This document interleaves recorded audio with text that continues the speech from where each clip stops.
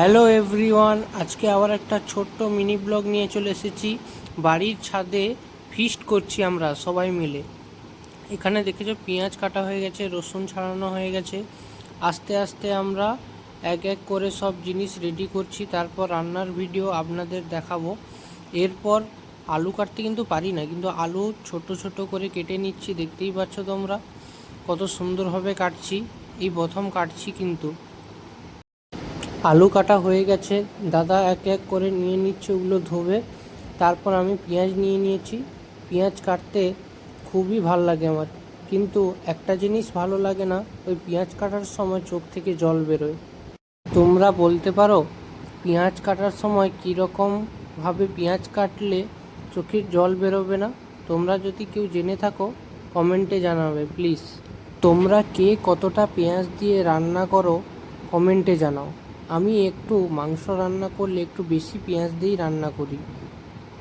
তোমরা কিন্তু অবশ্যই কমেন্টে বলে যাবে কে কতটা মাংসে পেঁয়াজ দাও। তারপর টমেটো নিয়ে নিয়েছি। টমেটো কাটতে একটু অসুবিধা হচ্ছিল, কারণ ছুরিতে একটু কম ধার ছিল। দেখতেই পাচ্ছ কাটতে গিয়ে কীরকম হয়ে গেল কাটাটা, খুব মন খারাপ হয়ে গেল। সব কেটে কেটে রেডি করে নিয়েছি। দেখতেই পাচ্ছ তোমরা সব রেডি হয়ে গেছে। এরপর আলুটা আস্তে আস্তে করে ভেজে নিয়েছি। এখানে এই দেখো মশলা সব করে নিয়েছি। আমি একটু রান্নাটা আদিবাসী স্টাইলে করব। এটা হলো সেই খাসির মাথা, খুব সুস্বাদু স্বাদ এবং কত সুন্দর লাগে তোমরা কমেন্টে জানাও কে কে খেয়েছো। তারপর তেলের উপরে পেঁয়াজ দিয়ে দিলাম, কিন্তু আদিবাসী স্টাইলে রান্না করছি কিন্তু বন্ধুরা।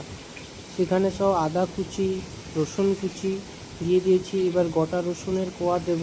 এখানে যে কোনো মাংসে গোটা রসুন দিলে খেতে কিন্তু খুবই ভালো লাগে। সব থালায় পরিষ্কার করে নিয়ে নিয়েছি।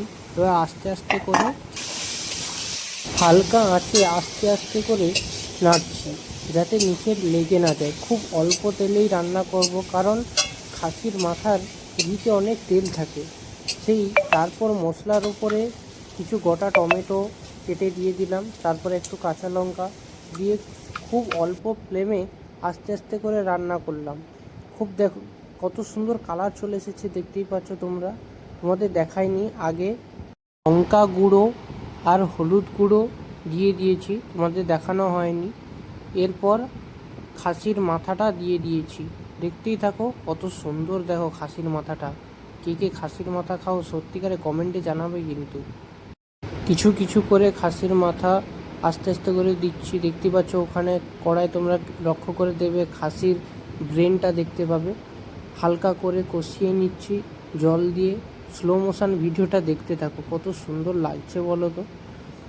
হালকা হালকা আঁচে কষিয়ে নিচ্ছি।